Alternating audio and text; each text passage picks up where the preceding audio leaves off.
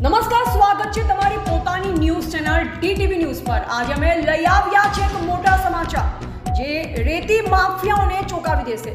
દેવગઢ બારિયામાં ગેરકાયદે રેતી પરિવહન સામે મામલતદારે મોટી કાર્યવાહી કરી છે અને 7 ઓવરલોડ ટ્રકો જપ્ત કરી લીધી છે। આ કાર્યવાહીથી રેતી માફિયામાં ફફડાટ ફેલાઈ ગયો છે। શું છે આ પૂરો મામલો, ચાલો જાણીએ।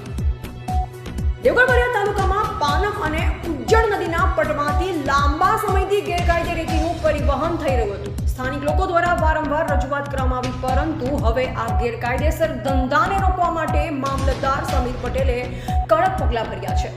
મામલતદારની ટીમે નાનીજડી ગામ પાસેથી ઓવરલોડ રેતી ભરેલી 7 ટ્રકો પકડી પાડી છે। તપાસમાં ખુલાસો થયો છે કે આ ટ્રકોમાં પરમિટમાં નિર્ધારિત જથ્થા કરતાં ઘણી વધારે લગભગ 20 ટન સફેદ રેતી ભરવામાં આવી હતી।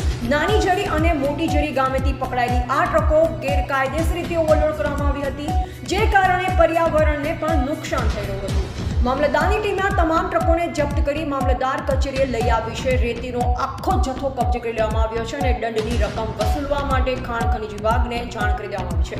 આ કાર્યવાહીથી એક તરફ રેતી માફિયાઓમાં ડરનો માહોલ ઊભો થયો છે, તો બીજી તરફ ગેરકાયદે રેતી પરિવહન પર અંકુશ લાવવાના પ્રયાસોને ઝડપ મળી છે। આ ઘટના એકનો મુદ્દો પણ સામે લાવ્યો છે। નદીઓમાં લીઝ ધારકોની તપાસની જરૂરિયાત। શું આ ગેરકાયદે પરિવહન પાછળ મોટું ષડયંત્ર છે? શું આ કાર્યવાહીથી રેતી માફિયા પર લગામ લાગશે? આવનાર દિવસોમાં મામલે વધુ ખુલાસા થાય તો અમે તમને અપડેટ જરૂર આપીશું। તો આ હતા આજના મોટા સમાચાર ટીટીવી ન્યૂઝ તરફથી। તમને આ કાર્યવાહી વિશે શું લાગે છે? શું રેતી માફિયાઓ સામે આવી કડક કાર્યવાહીઓ ચાલુ રહેવી જોઈએ? તમારા વિચારો અમને કમેન્ટમાં જરૂર જણાવો। ચેનલને સબસ્ક્રાઇબ કરવાનું ભૂલશો નહીં અને બેલ આઇકન દબાવી લેટેસ્ટ અપડેટ્સ પહેલા મેળવો। મળીશું ફરી એક નવા સમાચાર સાથે, ત્યાં સુધી નમસ્કાર।